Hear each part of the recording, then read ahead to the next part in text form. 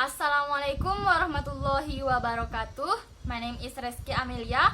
I am from the 5th group and I will explain about the 5th chapter, the correspondence of instructional objectives and tests. In teaching a subject formally at school, including English as a foreign language, a teacher is required to teach the students based on the aims and objectives stated in the curriculum. Likewise, language testing should be designed in such a way that it measures the students' abilities and performances based on the teaching and objectives stated in the language curriculum. However, some of tests applied at high schools, both the nationally or regionally designed and teacher-made tests, do not reflect the instructional objectives, and some of the instructional objectives are not tested. The reason is commonly that some of them are difficult and time-consuming to test. So, this chapter tries to identify and elaborate the suitability or correspondence between the instructional objectives and tests applied at secondary school by considering the relationship between teaching and testing and the psychological basis based on the learning activities and testing or retrieval environments. So next, I will explain the relationship between learning activities and type of testing or retrieval environments. First, type of testing or retrieval environments. It is not sufficient simply to order the information in our mind, and the information is useful if we activate it when needed. Bransford, 1979, stated that presentation of appropriate retrieval quiz can facilitate memory by activating information. Different testing situations provide the different types of retrieval environments so that the assessment of learning can be vary as function of testing context.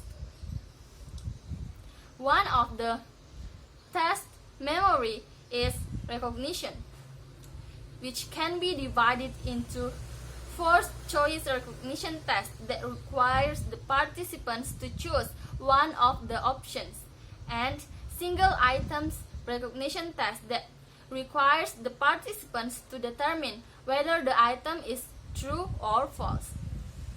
The other types of testing is recall. In recall measures, the learners must produce the previously experienced items in their mind. So there are different measures of recall. The first one is measures of free recall. Assess the learner's ability to recall the previously experienced acquisition items in any order they wish to recall them. The second one is measures of serial recall. Assess their ability to remember items in the exact order in which they were originally experienced. And the last one is cued recall. Refers to situations in which an experimenter provides learners with retrieval cues that may help them to remember. So, different memory measures provide varying amounts of information at the time of testing, so that they involve retrieval environments. Consequently, people may look as if they failed to learn when asked. Free recall yet may show the evidence of learning when given tests of cued recall or recognition.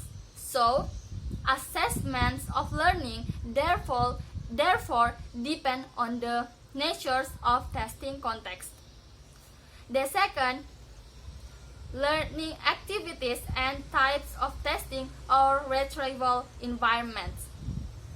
Bransford 1979-63 state that there must be a relationship between particular learning of acquisition activities and subsequent retrieval environments. The basic argument is that the value of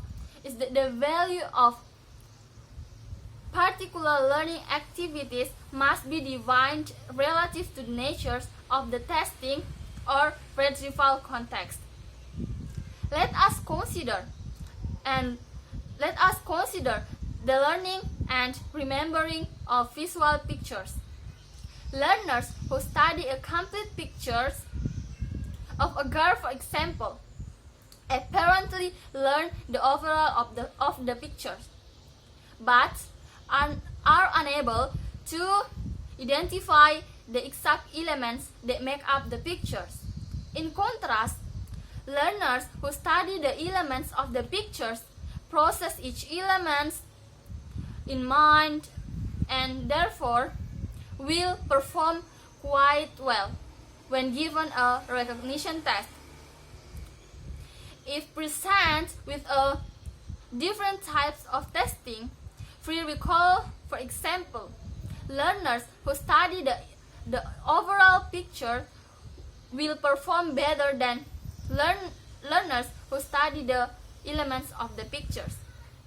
So, the important point of the explanation before is that assumptions about the value of particular types of acquisition activities must be defined relative to the testing context.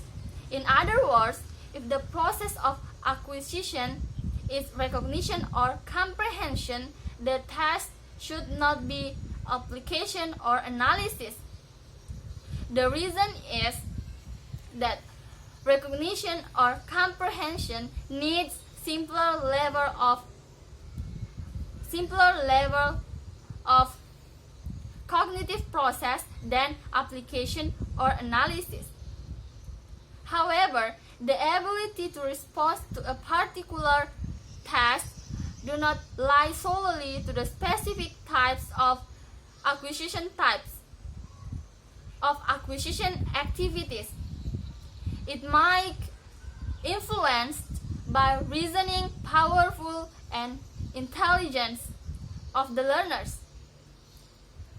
The maturity of thinking might also contribute to the successful of certain in circumstances. I think enough about my explanation. Thank you very much. Wassalamualaikum warahmatullahi wabarakatuh.